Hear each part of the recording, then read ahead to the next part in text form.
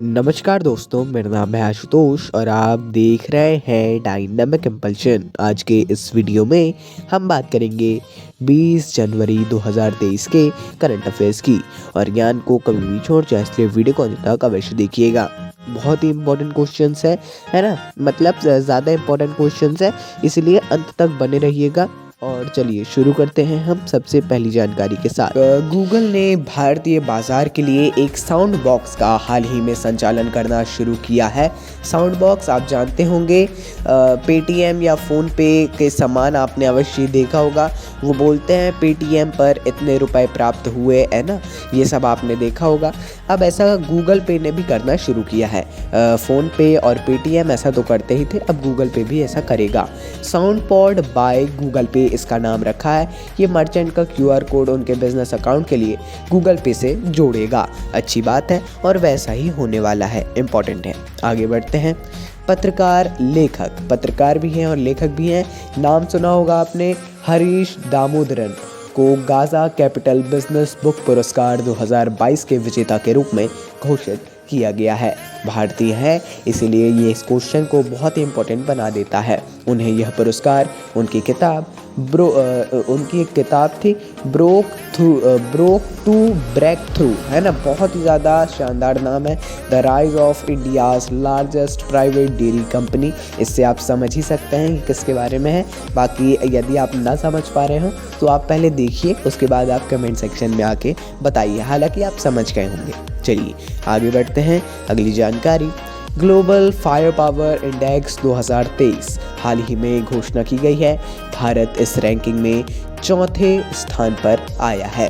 Global fire power index planet पर सभी, मतलब जो प्लेनेट लिखा हुआ है, समझ सकते हैं आप, दुनिया के सभी देशों के सैन्य बलों की रेटिंग होती है सूचकांक में। एज ऑलवेज आप इसको याद भी आपको करने की आवश्यकता नहीं होगी। अमेरिका शीर्ष पर, रूस दूसरे स्थान, चीन तीसरे और फिर भारत जो है चौथे स्थान पर आया है। इम्पॉर्टेंट है, मतलब भारत के आगे 3 लोग अभी भी हैं।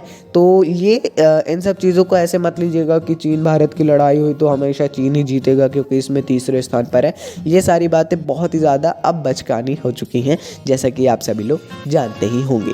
बाकी ग्लोबल फायर पावर इंडेक्स, इसके बारे में आप पढ़िएगा, किस कंपनी के द्वारा जारी किया जाता है ये पढ़ लीजिएगा, है ना। और बाकी और इसके बारे में आप टॉप 10 देखना चाहें, टॉप 5 देखना चाहें तो आप देख सकते हैं, है ना। चलिए आगे बढ़ते हैं। अगली जानकारी, विश्व बैंक ने 2023 के दौरान पाकिस्तान की आर्थिक वृद्धि दर 2% तक और धीमी होने का अनुमान लगाया है। और दक्षिण एशिया का जो है सबसे कम वृद्धि दक्षिण एशिया में पाकिस्तान में हो रही है, ऐसा बताया है। यह जून 2022 के अनुमान से 2% अंकों की गिरावट को चिन्हित करता है।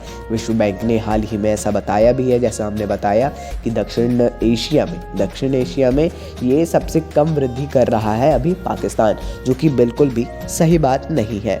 और भी बहुत से इसमें चीज़ें हैं, पाकिस्तान के साथ हमेशा से ही कुछ चीज़ ऐसी बनी आ रही हैं जिसमें सुधार होने की आवश्यकता है। उन्हें बहुत ही ज़्यादा अच्छे लीडर की आवश्यकता है।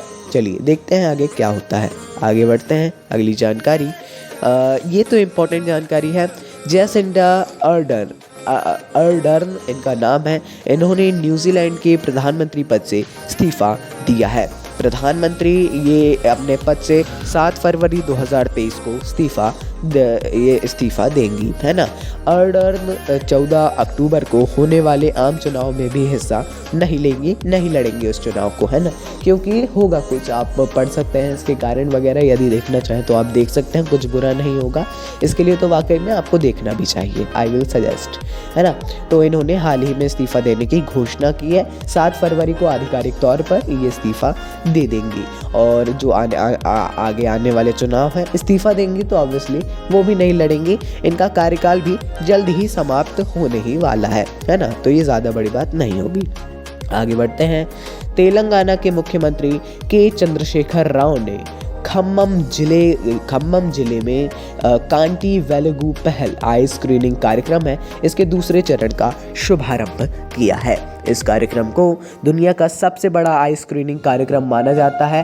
पहला चरण इसका हुआ था, है ना, इसका नाम है वेलगू कांटी वेलगू, है ना। अब इसका दूसरा संस्करण भी हाल ही में खम्मम जिले में शुरू किया गया है, तेलंगाना के मुख्यमंत्री के चंद्रशेखर राव जी के द्वारा।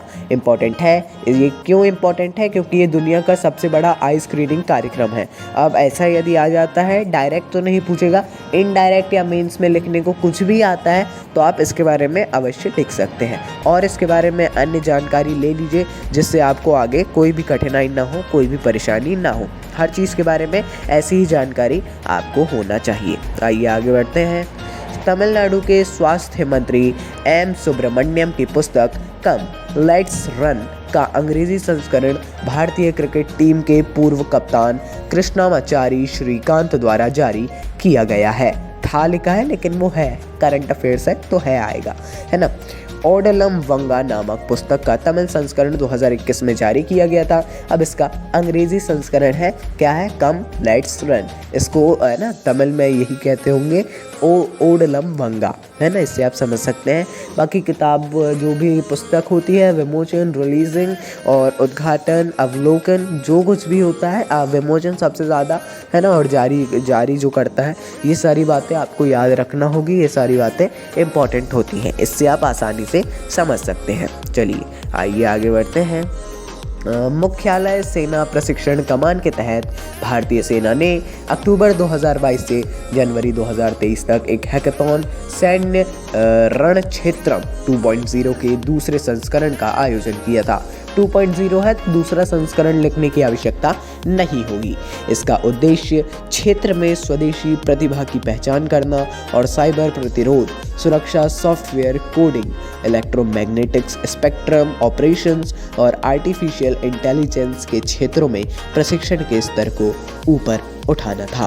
अच्छी बात है और ये इम्पोर्टेंट क्वेश्चन है। सबसे ज़्यादा इम्पोर्टेंट है सैन्य रणक्षेत्रम 2.0, या आप केवल सैन्य रणक्षेत्रम पढ़ेंगे।